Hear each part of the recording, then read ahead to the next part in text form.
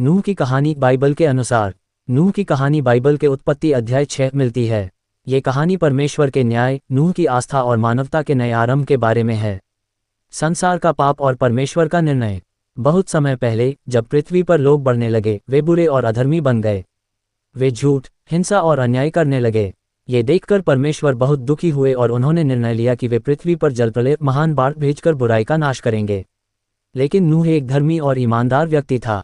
वह परमेश्वर की आज्ञाओं का पालन करता था और उसे परमेश्वर की कृपा प्राप्त थी।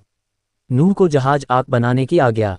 परमेश्वर ने नूह से कहा कि वह एक बहुत बड़ा जहाज आग बनाए क्योंकि जलप्रलय आने वाला है।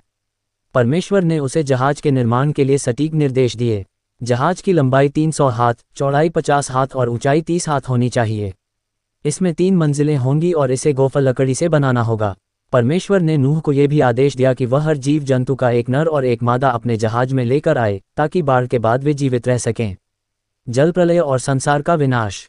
नूह ने परमेश्वर की आज्ञा मानी और जहाज बनाना शुरू किया।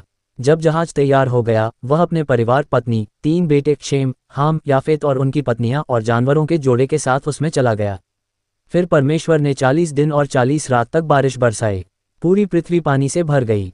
बड़े बड़े पहाड़ भी डूब गए और सभी जीव जंतु नष्ट हो गए। केवल नूह, उसका परिवार और जहाज में मौजूद जानवर ही बच सके।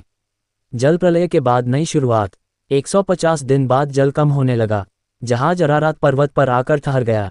नूह ने सबसे पहले एक कौवा भेजा, लेकिन वह लौट आया। फिर उसने एक कबूतर भेजा। जब वह हरी पत्ती लेकर लौटा तो नूह समझ गया कि जल सूखने लगा है। जब जमीन सूख गई, तब परमेश्वर ने नूह और उसके परिवार को जहाज से बाहर आने को कहा। इंद्रधनुष और परमेश्वर का वादा। नूह ने बाहर आकर परमेश्वर की स्तुति में बलिदान चढ़ाया।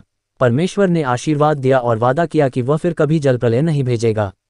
परमेश्वर ने इस वादे का चिन्ह इंद्रधनुष बनाया। निष्कर्ष। नूह की कहानी हमें आस्था, आज्ञा पालन और धैर्य की शिक्षा देती है।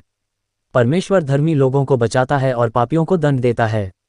इंद्रधनुष परमेश्वर के प्रेम और वचन का प्रतीक है। नूह की यह कहानी न केवल बाइबल में, बल्कि अन्य धार्मिक ग्रंथों में भी पाई जाती है, जिससे यह एक बहुत महत्वपूर्ण कथा बन जाती है।